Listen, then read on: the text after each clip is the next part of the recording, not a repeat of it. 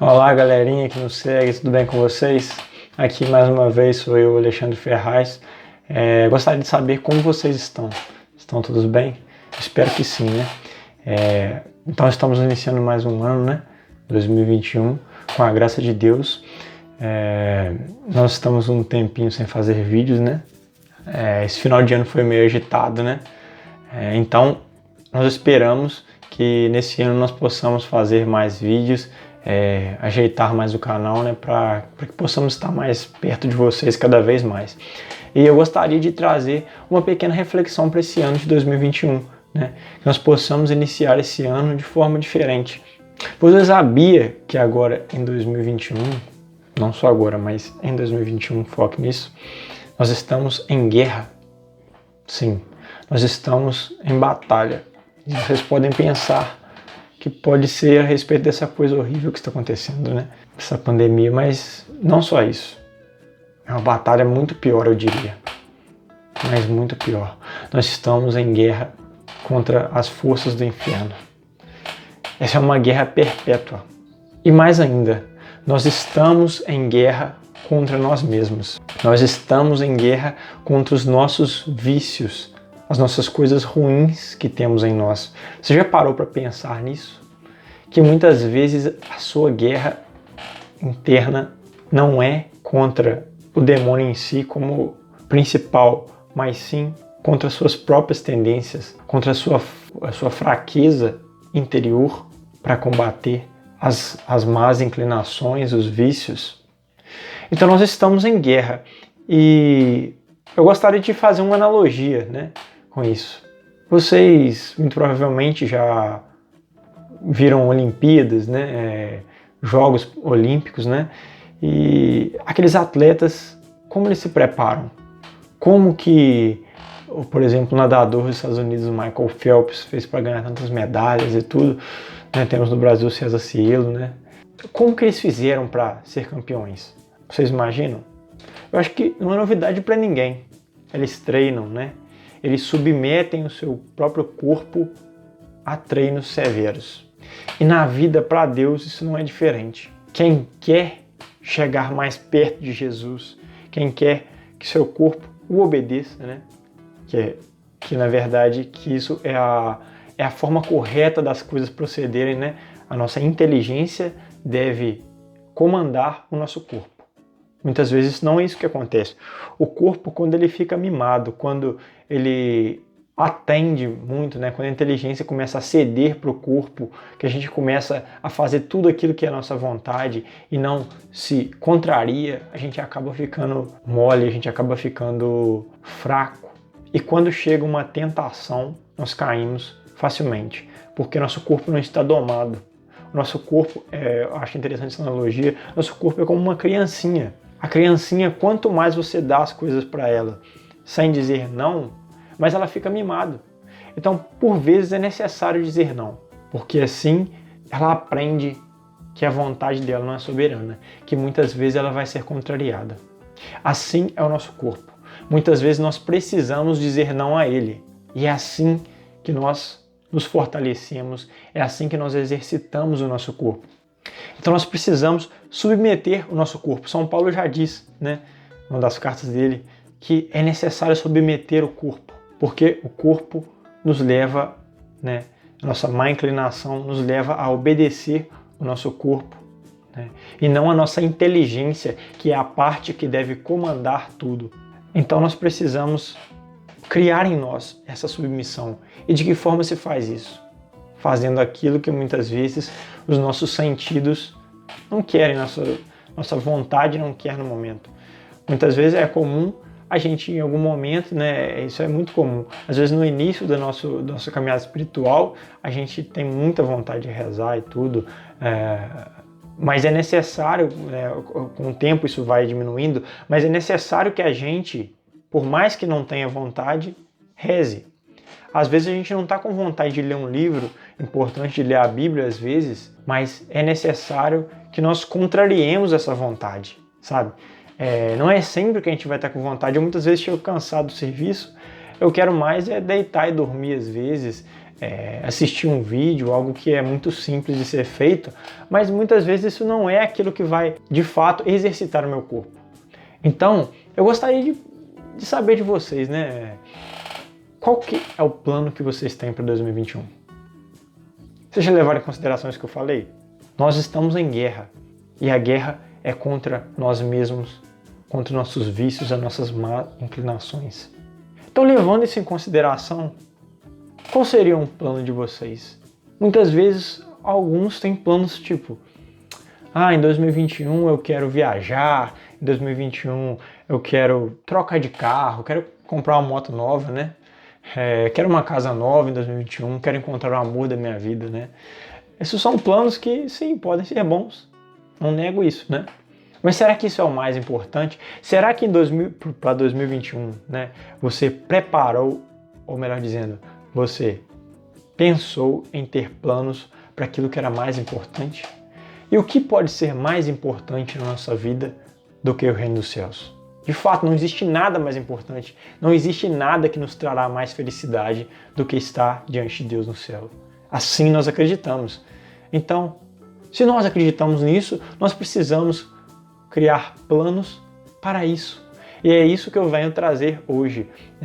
É uma dica para vocês para esse ano de 2021, que foi importante para mim. Por isso, acho importante compartilhar isso com vocês. Fazer um plano espiritual. Você tem um plano espiritual ou você só tem um planos, né, melhor dizendo, para as coisas desse mundo? Se você não tem, é necessário ter planos para que você alcance o reino dos céus. Quando você quer ficar bilionário, você vai lá e começa a traçar planos. Não, eu vou ir nesse emprego aqui, vou juntar dinheiro, depois que eu juntar um certo dinheiro, eu vou começar a abrir meu próprio negócio, assim, abrindo meu próprio negócio, eu vou investir não sei o quê. Pronto, esse é o seu plano para ficar milionário, bilionário.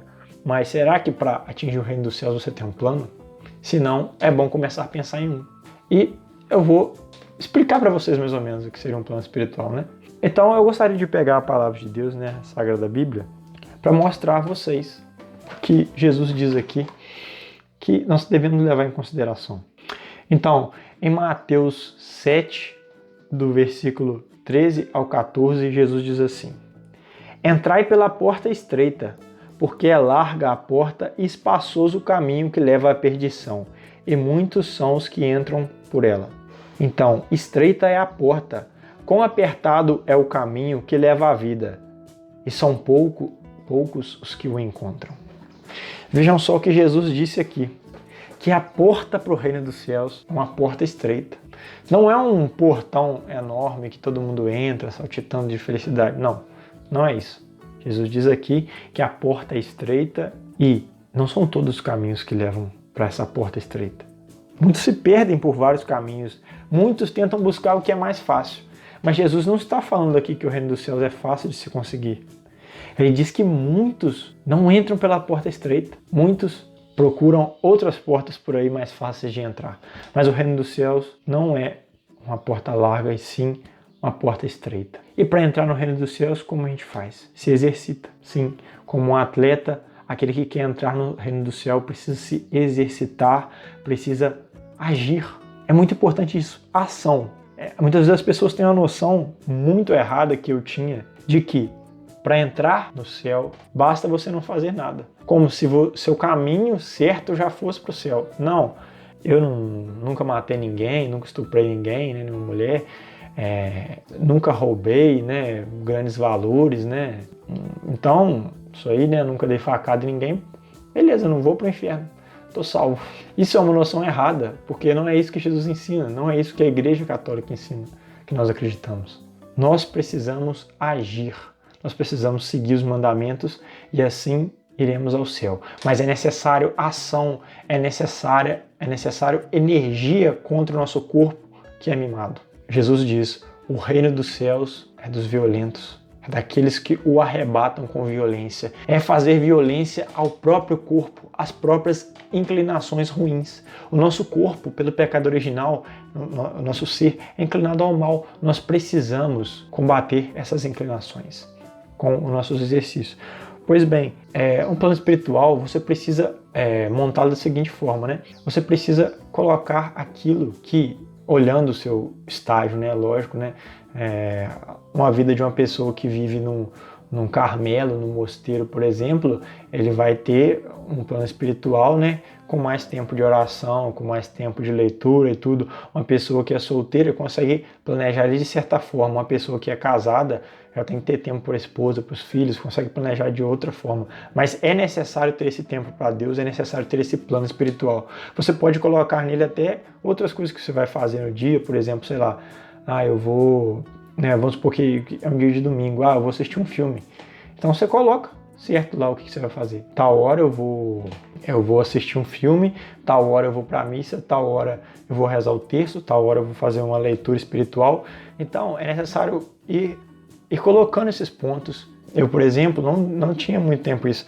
Às vezes eu deixava isso para o que viesse, né? Se eu tivesse animado, tal, eu fazia tal coisa. Se eu não tivesse, eu não fazia. Eu sabia que eu tinha que rezar o terço, mas eu não colocava isso em um ponto. Muitas vezes o terço ficava para muito de noite, eu acabava dormindo, né? Muito tarde da noite. Às vezes eu sabia que eu tinha que fazer uma leitura espiritual da Bíblia, mas eu não colocava escrito em lugar nenhum e muitas vezes eu esquecia. E por dica do meu diretor espiritual, o padre Paulo Emílio, né? Ele disse, olha, você anote isso, né? Busque talvez um quadro, e agora eu tenho um quadro. Então eu pego e anoto, coloco lá. Quando eu chego do serviço, o que eu vou fazer?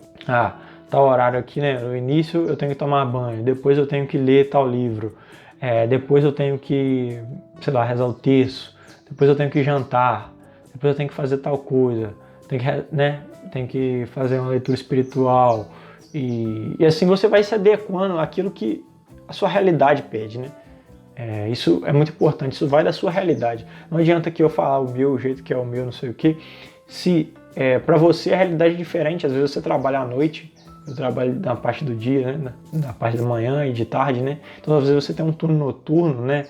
Madrugada, não sei, no serviço, e você precisa fazer isso na parte do dia. Pode ter algumas limitações, como eu disse, você pode ter filhos, esposa, e já é mais difícil, você precisa adequar isso tudo, ter um tempo para eles, né? Mas sempre esquecendo que a gente tem que ter tempo para Deus, né? Deus não nos pede muito, né? Ele nos pede que nós conseguimos tirar um tempo sincero da nossa vida e que nós nos dediquemos a Ele de fato, né? Então é necessário que você faça isso para que você consiga de fato dedicar esse tempo a Deus, para que a sua vida não seja tipo a vida do Zeca Pagodinho, né? Deixa a vida me levar, a vida leva eu. Se for desse jeito, meu amigo, provavelmente você não vai conseguir manter uma vida espiritual, não vai conseguir se manter sadio. Você vai começar a fazer aquilo que sua vontade manda no momento. Então, sua vontade não quer rezar, você pega e vai assistir televisão, vai assistir o YouTube, alguma coisa nada a ver que não vai te ajudar, né? Então, eu acho que isso foi uma dica, né, bem sucinta aqui, né? Como eu disse, é só uma dica mesmo da importância de se ter um plano espiritual, né? E agora, quando está iniciando, né, nada melhor para fazer isso. Colocar aquilo que você deseja, né? Eu desejo ter uma leitura constante da Bíblia, né? Então, por que não colocar isso em prática?